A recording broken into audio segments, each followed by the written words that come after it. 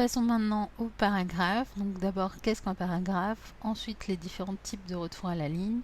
Et nous verrons en détail donc les alignements, les retraits, les espacements, les bordures et trames, les puces et numérotation et les tabulations.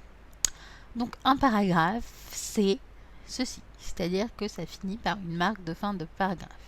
Ici, donc, on est en mode caractère non imprimable visible.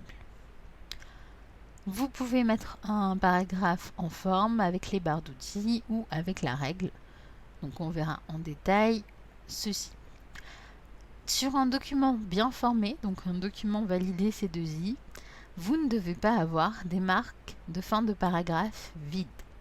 Donc les caractères non imprimables sont là pour vous dire attention, ici tu as une marque de fin de paragraphe vide. Ça, nous ne le voulons pas. Nous voulons que vous régliez l'espacement. Donc l'espacement, donc ici on est toujours en marque de fin de paragraphe visible, vous voyez qu'on n'a plus rien. Comment on règle l'espacement? Nous le verrons après. Les retours à la ligne, faites attention au passage à la ligne forcé, donc le symbole comme ça, qui est à l'intérieur du même paragraphe, il va plus vous embêter qu'autre chose. Nous vous conseillons de privilégier de faire 2 fins de paragraphe, même si vous considérez que visuellement vous en avez qu'un. Ça sera plus facile pour vous pour les traiter par la suite. Les paragraphes, toujours, vous avez plusieurs possibilités au niveau de l'alignement. Donc vous avez l'alinéa, vous avez les retraits, vous avez tout ce qui est justification, alignement gauche, droite ou centré. Donc ici, nous avons ce paragraphe-là qui est juste aligné à gauche.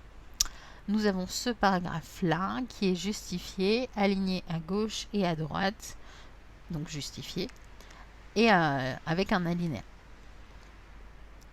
Les différents alignements, donc vous avez l'alignement à gauche, l'alignement centré, l'alignement à droite, l'alignement justifié qui permet de mettre de même côté à gauche et à droite en fonction de ce que vous choisissez comme style d'alignement.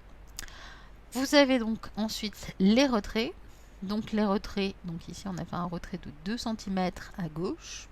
Donc on le voit sur la règle.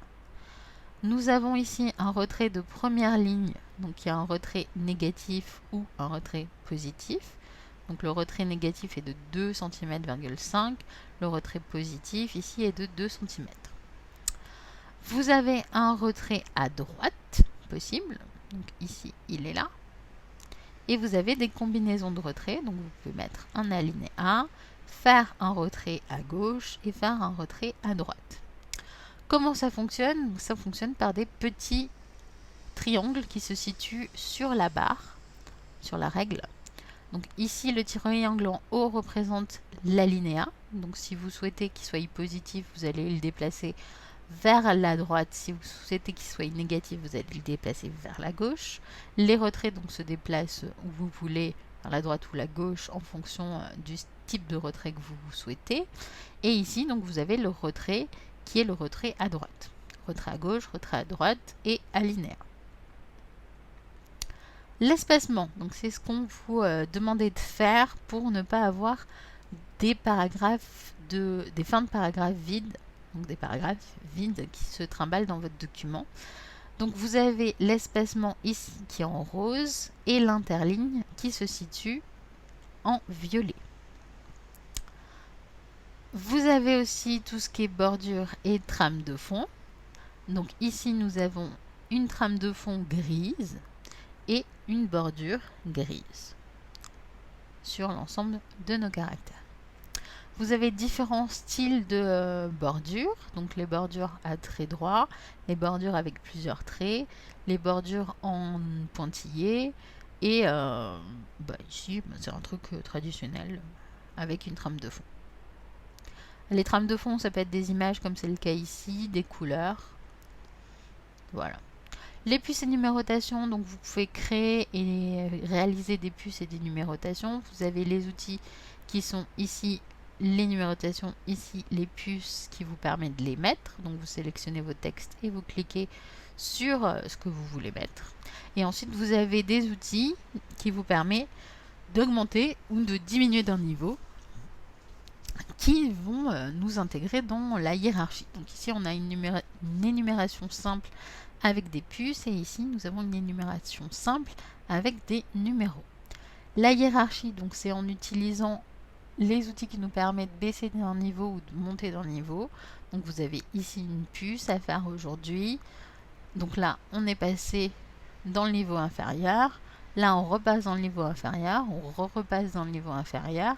Là, on va remonter de 2 niveaux pour s'aligner avec ce niveau-là, etc., etc.